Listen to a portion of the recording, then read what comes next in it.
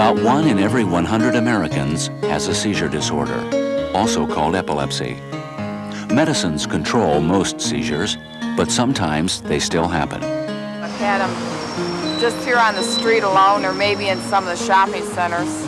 I had a seizure on the road. Whenever I was taking my exam, I would have a seizure right there in the auditorium. I had a seizure on the metro train. When someone has a seizure, knowing what to do makes a big difference. But how many of us do know what to do? I might panic. I would not know what to do if I saw someone having a seizure.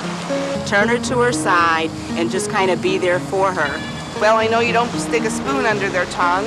Quite frankly, I'm really not sure. I wish I knew better.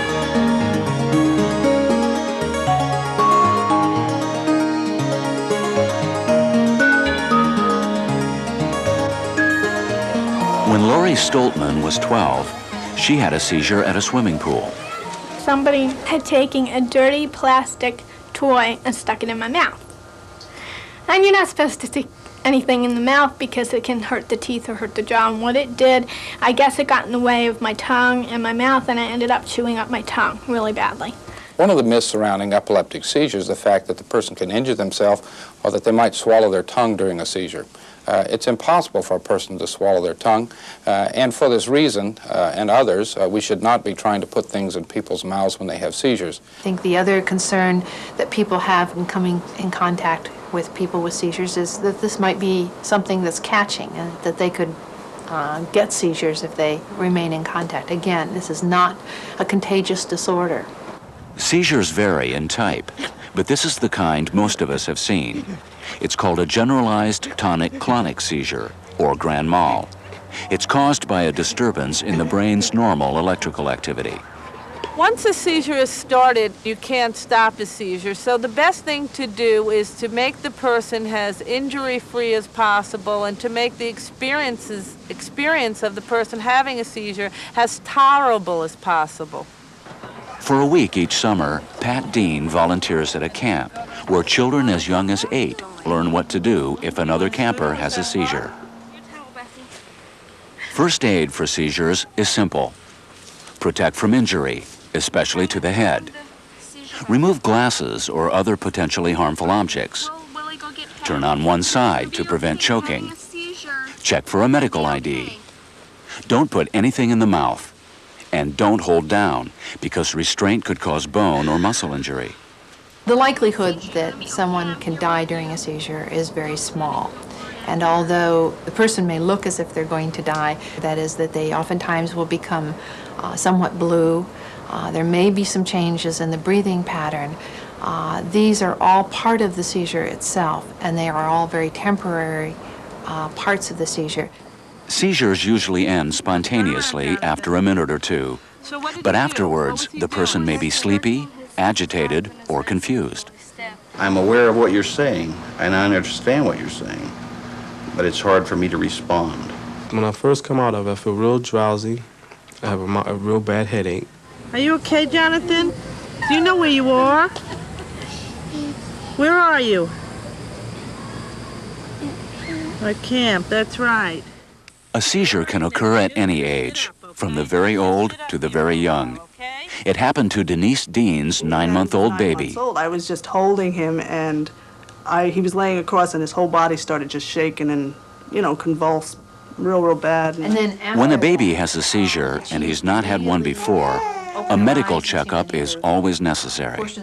And the importance of that is really to determine if the baby has fever, and if the baby has a fever, to make sure that there is not another medical problem.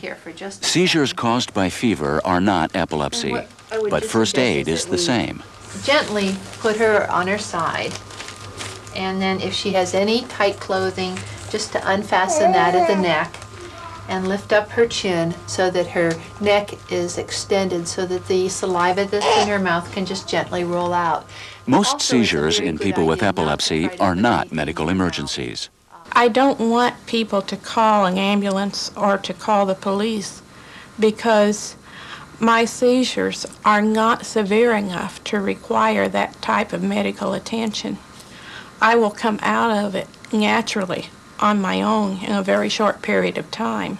The last seizure activity that I had, my medical fees for that short period of time were almost $700 between the emergency room fees, medications, ambulance ride, and doctor's fees. But there are some situations in which a seizure could be considered an emergency, such as head trauma, person having their first-time seizure, seizures associated with diabetes.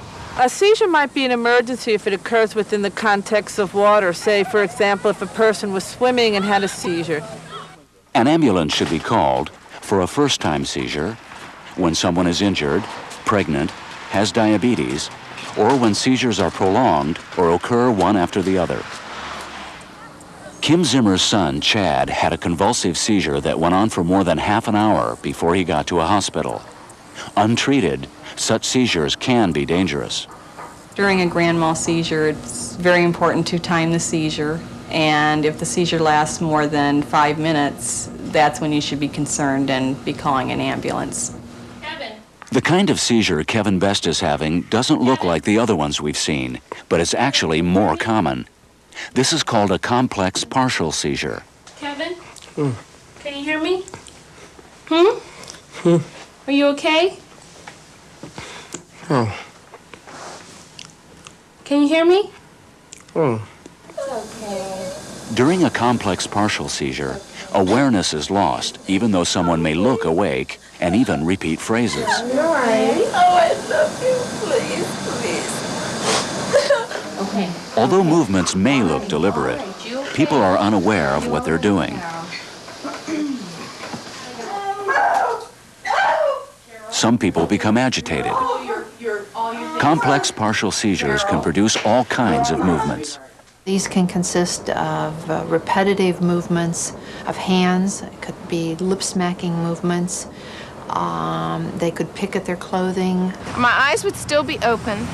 I could still walk around, I could still talk to people, but I wouldn't understand what I was saying, and I wouldn't understand anything that somebody would say back to me. Just start rolling my left hand over and staring at it. And I play with my buttons. It's really weird when you've got a t-shirt on that you're picking at your buttons, but that's one of the things I do. Complex partial seizures may begin abruptly. This man goes into a seizure as he's talking. I had a whole summer with the job, and I was there.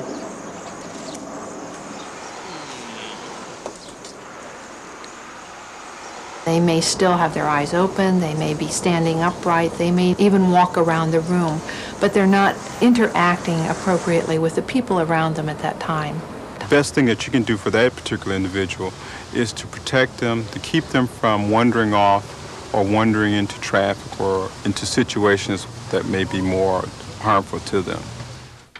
If you see someone having a complex partial seizure, be reassuring. Explain to bystanders. You know your name. Look for a medical ID. Guide away from hazards. And if the person is agitated, stay back. When a person's having a complex partial seizure, attempts to restrain that person forcibly may lead to that person's rather non-specifically striking out, much as a frightened animal or a frightened person might try to resist a restraint that they don't understand. So it's possible to mishandle seizures and to cause harm to people who are having them. You should always stay with someone when they're having a seizure. You should never leave them when they're having a seizure, no matter what kind of seizure it is. Sir, do you know where you are? Bank? Yeah, you're at the bank. I think you just had a seizure. Yeah. Is there anyone I can call for you? If full awareness has not returned after half an hour, call for medical assistance. Remember, for a convulsive seizure, turn on one side to prevent choking. Don't put anything in the person's mouth. And keep track of time. For a complex partial seizure, guide away from hazards, don't restrain, and stay on the scene until full awareness returns.